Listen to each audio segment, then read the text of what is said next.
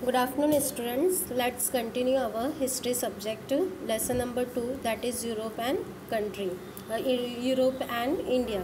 Now, Europe Europe एक continent है। वहाँ पर ब्रिटिश और इंग्लैंड, फ्रांस वगैरह ये सारे कंट्रीज़ आती हैं। और India, you know very well, India में हम रहते हैं। आप जानते हो इंडिया के बारे में। नाउ हम स्टार्ट करते हैं। During the modern period the various happening in Europe had its impact on India. मतलब जो मॉडर्न पीरियड था यूरोप का, वहाँ पर तो कुछ चेंजेस आए ही, साथ ही उसका असर हमें इंडिया पर भी दिखाई देता है। जो यूरोप में चेंजेस आने की वजह से जो इंडिया पर क्या असर हुआ वो हम इस पार्ट में पढ़ने वाले हैं। Now therefore while studying the period of modern Indian history, जब हम मॉडर्न इंडियन हिस्ट्री की बात करते हैं तो हम उसमें यूरोप से संबंधित भी बातें ज्वाइन हो जाती है, क्योंकि ब्रिटिशों ने हमारे देश पर राज्य किया और वहाँ की जो गतिविधियाँ, जो भी चेंजेस हुए, वो हमारी कंट्री पे पड़े हुए असर का एक महत्वपूर्ण भाग है। Now while studying the period of modern Indian history, जब हम मॉडर्न इंडियन हिस्ट्री के बारे में पढ़ते हैं तो we have to study the events happening in the Europe during this period, और हमें इस समय यूरोप में क्या घटना घटित हुई उसे भी पढ़ना ज़रूरी हो जाता है, उसकी भी जानकारी रहनी ज़रूरी है। Now period of renaissance, renaissance means rebirth. जैसे कि किसी का एक्सीडेंट हो गया तो हम जब वो बच जाता है तो हम क्या कहते हैं, उसका पुनर्जन्म हुआ। तो उसी तरीके से ये जो पीरियड है पुनर्जन्म means renunciation, that is the पुनर्जागरण युग हम कह सकते हैं उसे। In history of Europe the last phase of medieval period, that is 13th to 16th century is known as the period of renunciation. मतलब 13th सेंचुरी से 16th सेंचुरी तक के समय को हम पीरियड ऑफ रिनंसिएशन कहेंगे। मतलब यूरोप का वो मध्यकालीन युग था। Now during this period reformation, religious reform movement and geographical discoveries lead the foundation of modern era, hence this period is known as the age of renunciation. Means जो ये 13 से 16 सेंचुरी है, ये जो है पुनर्जागरण युग के रूप में मानी जाती है, क्योंकि इस युग में पुनः जागरण हुआ, धार्मिक सुधार आंदोलन हुए और भौगोलिक खोजें जैसी घटनाएं होने की वजह से एक नए युग का प्रारंभ हुआ। इसी वजह से इस युग को क्या कहते हैं, एज ऑफ रिनंसिएशन कहते हैं। मीन्स इसमें ही कई सारी चीज़ें जो है सामने आती गई, जैसे कि धर्म में सुधार हुआ, रिलीजियस रिफॉर्म मीन्स धार्मिक सुधार हुआ, फिर जोग्राफिकल डिस्कवरीज मीन्स भौगोलिक खोजें हुई। मतलब जैसे वास्को दी गामा और कई सारे लोग अलग अलग जगह पे गए और अलग अलग जगहों की खोज की उन्होंने, यही पीरियड था वो 13 से 16 century. Now during this period in the field of art, architecture, philosophy etcetera there were the revival of Greek and Roman tradition which gave momentum to an overall development। मतलब इस पुनर्जागरण युग में यूरोप की कलाओं, स्थापत्य और दर्शन शास्त्र आदि क्षेत्रों में ग्रीक और रोमन परंपराएं पुनर्जीवित हुई। मतलब यही पीरियड था जब art, architecture, philosophy etcetera this are the developed. Now, during the Renunciation, humanitarianism was given a great impact. There was a changes in the outlook of treating each other as a human being. Now, क्या हुआ, ये सारी चीज़ें जब अस्तित्व में आई तो इसके द्वारा सर्वांगीण प्रगति को प्रेरणा मिली, और साथ ही पुनर्जागरण युग में मानवता, ह्यूमैनिटेरियनिज्म मीन्स मानवता को भी महत्व दिया गया। मतलब इंसान को इंसान समझा गया, नहीं तो अंधविश्वास ज़्यादातर फैले हुए थे कि ये छोटा है तो वो ऊंचा है, नीच है, ऐसा सारी चीज़ें पहले के ज़माने में देखी जाती थी। यूरोप में भी ऐसा था, पर ये सारी चीज़ों में इस रिनंसिएशन पीरियड में चेंजेस हुआ और एक दूसरे को महत्व दिया जाने लगा। एक दूसरे को कैसे डेवलप किया जाए, कैसे नए नई टेक्नोलॉजी निर्मित किए जाए, ये सारी चीज़ें इस पीरियड में हुई। Now instead of religion man become a centre point of all ideology, मतलब मनुष्य की और देखने का जो दृष्टिकोण था, जो देखने का तरीका था, उसमें परिवर्तन हो गया और पुनर्जागरण आंदोलन शुरू हो गया। Now Leonardo Vinci, he is recognized as an all-round personality of the period of Renaissance. He was well versed in different branches of science and arts. He had mastery over varied subjects such as sculpture, architecture, mathematics, engineering, music, astronomy, etc. But he became world renowned as a painter. He painting of Mona Lisa and the Last Supper become immortal. Now Leonardo da Vinci जो है, ये एक बहुत ही इस अच्छी personality माने जाते हैं इस रिनेसेंस पीरियड टाइम के, क्योंकि वो अनेक शास्त्रों और कलाओं से परिचित थे और उन्हें शिल्पकला, स्थापत्य कला, गणित, अभियांत्रिकी, संगीत, खगोल विज्ञान जैसे अनेक बातों की जानकारियाँ थी, परंतु वह चित्रकार के रूप में भी बहुत प्रसिद्ध थे। उन्होंने मोनालिसा और द लास्ट सफ़र, उन्होंने ऐसे कई सारी चित्रें बनाई हैं क्योंकि वो बहुत अच्छे पेंटर थे। Now the reform movement spread throughout all sector of human life through knowledge, science as well as different section of art. We can observe the discovery of reform movement means पुनर्जागरण जो ये renunciation युग था, उसमें आंदोलन हुए, मानव जीवन से संबंधित क्षेत्रों में लोगों ने मीन्स कुछ मूवमेंट्स किए चेंजेस लाने के लिए कि हमें भी अधिकार होना चाहिए और हम अपने आप के विकास के लिए कैसे प्रगति कर सकते हैं, ये सारी बातें इस युग में होने लगी जो रिनंसिएशन पीरियड था। नाउ ज्ञान विज्ञान और विभिन्न कला क्षेत्र के क्षेत्रों में भी हम पुनर्जागरण आंदोलन को देख सकते हैं। नाउ पुनर्जागरण जो युग की कला और साहित्य में मानवीय भावनाओं और संवेदनाओं को भी व्यक्त किया गया और साथ ही प्रादेशिक भाषाओं में साहित्य लिखा जाना और जिससे लोग समझ सके ऐसी बातें लिखना, क्योंकि पहले के लोग देखो इतने पढ़े लिखे नहीं होते थे, इलिटरेट होते थे, तो वो जो लिखी हुई बातें होती थी उसको जल्दी समझ नहीं पाते थे, तो उसका सरल भाषा में लिखना और लोगों तक उसे पहुंचाना, समझ आए ऐसी बातों को लिखना इस पीरियड में हुआ। और लगभग 1415 ईरा में एडी में, दैट इज़ द जर्मन के जो जोहान्स गुटेनबर्ग थे, उन्होंने एक आविष्कार किया, मतलब उन्होंने एक मॉडर्न टेक्नोलॉजी निकाला जो कि प्रिंटिंग प्रेस था, प्रिंटिंग मशीन थी। उससे क्या हुआ कि पेपर को छापना आसान हो गया, तो वो सस्ते दामों पे मिलती थी और कोई भी खरीद सकते थे। पहले क्या होता था, राजा महाराजा थे तो वो किसी से लिखवाते थे तो वो लिखवाना बहुत ही महंगा पड़ जाता था, और ये भी होता था कि कुछ पेजेस के डाइस बनाए जाते थे और डाइस को पंचिंग किया जाता था, पर वो भी महंगा पड़ता था। लेकिन ये प्रिंटिंग प्रेस का विकास होने पर, जो डिस्कवरी होने के बाद में, ये कॉन्सेप्ट जो था इजी हो गया, लोगों तक जो भी मैसेजेस होते थे वो आसानी से पहुंच सकते थे और उसमें सरल से सरल भाषा यूज़ की जाती थी, लैंग्वेजेस। तो this is the become easy for the every person. Now the art and literature of Renaissance period depict sentiments and emotions of human being. ये जो आर्ट्स होती है, कला होती है और साहित्य होता है, वो ह्यूमन सेंटिमेंट से जुड़ा होता है. मीन्स आर्ट, देखो कोई भी पिक्चर को हम देखते तो कभी कभी बहुत ही इमोशन हो जाते हैं उस पिक्चर को देखकर कि कितनी गहराई से बनाई हुई है. तो ये भी हमारे समझने का एक ज़रिया हो जाता है.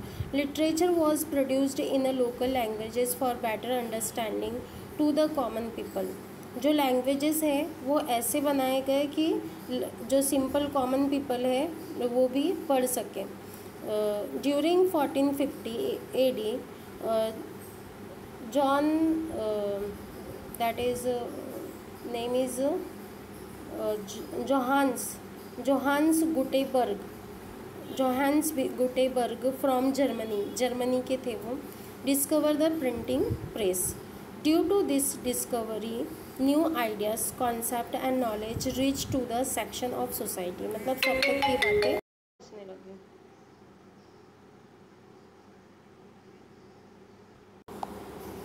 Now religious reform movement means धार्मिक सुधार आंदोलन. मतलब धर्म में क्या सुधार हुआ, क्या होता था यूरोप में. जो फादर्स होते थे, जो चर्च के जो होते थे मेन, उनकी सारी बातें सुननी पड़ती थी यूरोप के लोगों को. लेकिन वो सब उन लोगों ने और अंधविश्वास भी था वहाँ पर भी.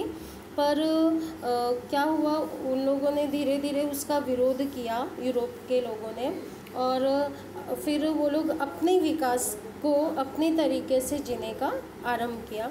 Now religious reform movement means धार्मिक सुधार आंदोलन. The independence intellectual attacked the old religious ideologies of Roman Catholic church. Means स्वतंत्र बुद्धि और विवेकशीलता से विचार करने वाले जो विचारकों ने रोमन कैथलिक चर्च की परंपरा, धार्मिक संकल्पनाओं की जो कड़ी आलोचना की. जैसे कि मार्टिन लूथर, ऐसे कई सारे लोग वहाँ पे आए और उन्होंने जो वहाँ के रोमन कैथलिक चर्च के जो मेन होते थे विचारक, ये जो विचारक थे, आइडियोलॉजिस्ट मीन्स विचारधारक, इन लोगों ने उनके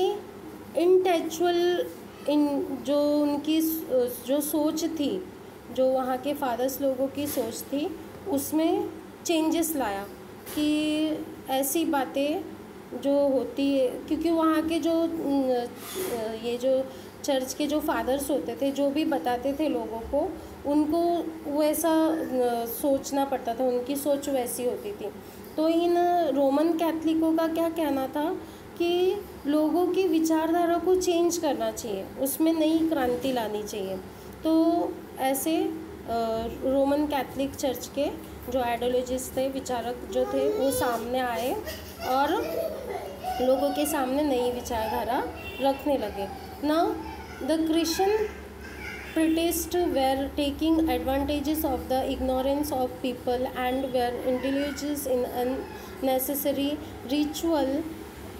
They located the people in the name of religious. The movement that began against is known as the religious reform movement. Due to this movement, human freedom and rationalism gained more important. Means क्या हुआ कि जो धर्म के नाम पर लूटते थे, जैसे हमारे इंडिया में कैसे कोई पंडित वगैरह है, वो हमें धर्म के नाम पर ऐसा करो वैसा करो करके लूटते हैं, तो वैसे यूरोप में भी था. लेकिन जो कुछ धर्म सुधारक लोग आए, जैसे कि मैंने बताया मार्टिन लूथर, ऐसे लोगों ने लोगों के मन, जो वहाँ के पोप होते थे, उनके विचारों को, जो भी गलतियाँ थी उसको सुधारा और लोगों तक पहुँचाया. तो इसे ही क्या कहा जाने लगा, रिलीजियस रिफॉर्म मूवमेंट. इस मूवमेंट को रिलीजियस रिफॉर्म मूवमेंट के नाम से जाना जाता है. नाउ इस आंदोलन के कारण जो धर्म क्षेत्र था, वो मनुष्य की स्वतंत्रता और बुद्धि प्रवणता को ज़्यादा महत्व दिया जाने लगा. रैशनलिज्म मीन्स बुद्धि प्रवक्ता, that is the rationalism. Human freedom means मनुष्य की स्वतंत्रता. ओके. Now geographical discoveries. मतलब भौगोलिक खोज। आपको पता है कि भौगोलिक जो भूगोल है, ज्योग्राफी, वो किससे रिलेटेड होता है? प्लेस से, क्लाइमेट से। तो जैसे यूरोप के जो भी जोग्राफर्स थे, जो प्लेस ढूंढने के लिए जाते थे, जैसे वास्को द गामा और भी कई सारे लोग, ऐसे लोग निकलते थे और अपने समुद्री रास्ते से, पहले तो कोई ज़रिया नहीं था जाने का, तो समुंदर के रास्ते से ही वो लोग रास्ता ढूंढते थे। तो कुछ लोग अफ्रीका पहुंच गए, कुछ अमेरिका की खोज की। तो ऐसे जो वास्को द गामा था वो समुद्री रूट पकड़ते हुए कहाँ पे आ गया? हमारे कर्नाटक साइड में आया, कलिकत में, और वहाँ उसने फिर खोज की। और ये लोग खोज इसलिए करते थे ताकि इनको कच्चा सामान मिल सके, ये व्यापार कर सके उन देशों के साथ में। तो ये व्यापार के दृष्टि से निकलते थे। देखो हम पढ़ते हैं, इन 1453 AD द ऑटोमन तुर्क कॉन्क्रेड कॉन्स्टेंटिनोपल, मतलब Istanbul, which was the capital of the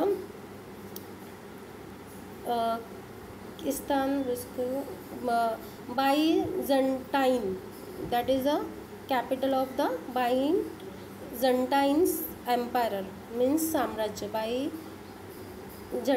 ध्यान रखो नाम, बाईजेंटाइन एम्पायर, जो कि 1450 ईस्वी में ऑटोमन तुर्कियों ने बाइजेंटाइन साम्राज्य की राजधानी कॉन्स्टेंटिनोपल, जो कि इस्तंबुल को जीत लिया। और जीतने के बाद में इन लोगों ने क्या किया? वहाँ के रास्ते से, जो समुद्री रास्ता था, ब्लैक सी की तरफ निकलता था, उस रास्ते को ब्लॉक कर दिया, बंद कर दिया उस रास्ते को। Now the overland trade routes join Asia and Europe went through this city. और ये जो रास्ता था, इस्तांबुल का जो रास्ता था, वो कहाँ निकलता था? एशिया और यूरोप को जोड़ता था। पर ये बंद होने के बाद में इनको प्रॉब्लम होने लगा, रूट, मतलब जो रूट था वो लंबा हो गया, शॉर्टकट रास्ता बंद कर दिया, तो उनको लंबे रास्ते से निकलना पड़ा, जो कि अनजान थे। पहले तो मैप वगैरह भी नहीं था, तो वो एकदम अनजान थे। Since the Turk blocked this route, there was a need of finding alternative trade routes for the European countries to reach Asia। और उन लोगों को, यूरोपियंस को, बहुत ही डिफ़िकल्टीज फेस करनी पड़ी एशिया के यहाँ पर ट्रेड करने में। This leads to a new phases of geographical discovery.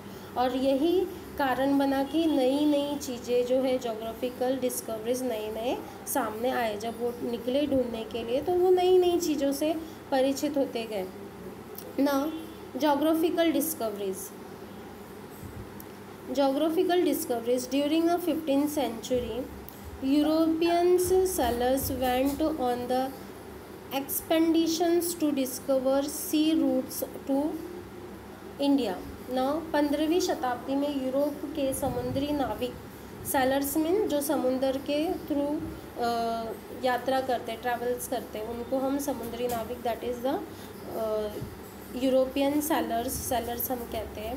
Bharat की ओर जाने वाले जो जलमार्ग की खोज करने के लिए समुद्री यात्रा के लिए निकल गए, वे इंडिया की खोज में निकले। बट क्या हुआ? In 1487 AD बार्टोलोमेन्यू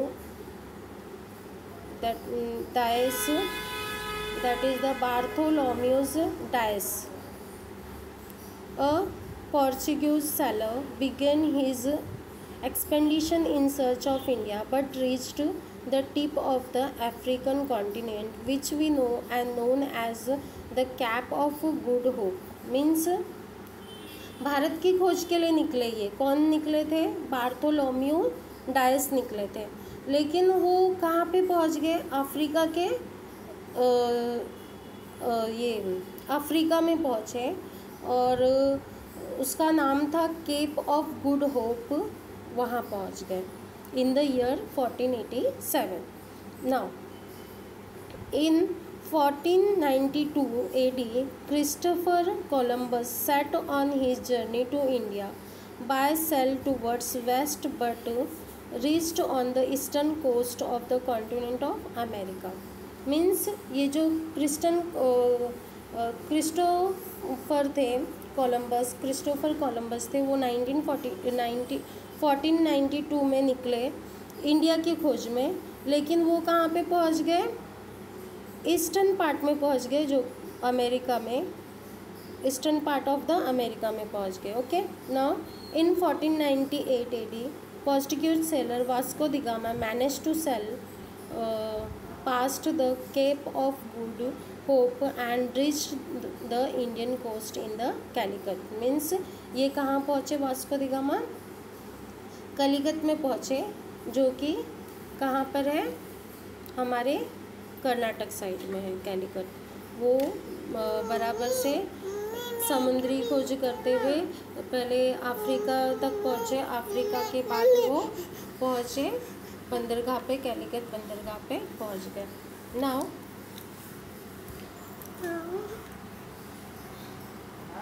we finished here. In next lecture let's continue this.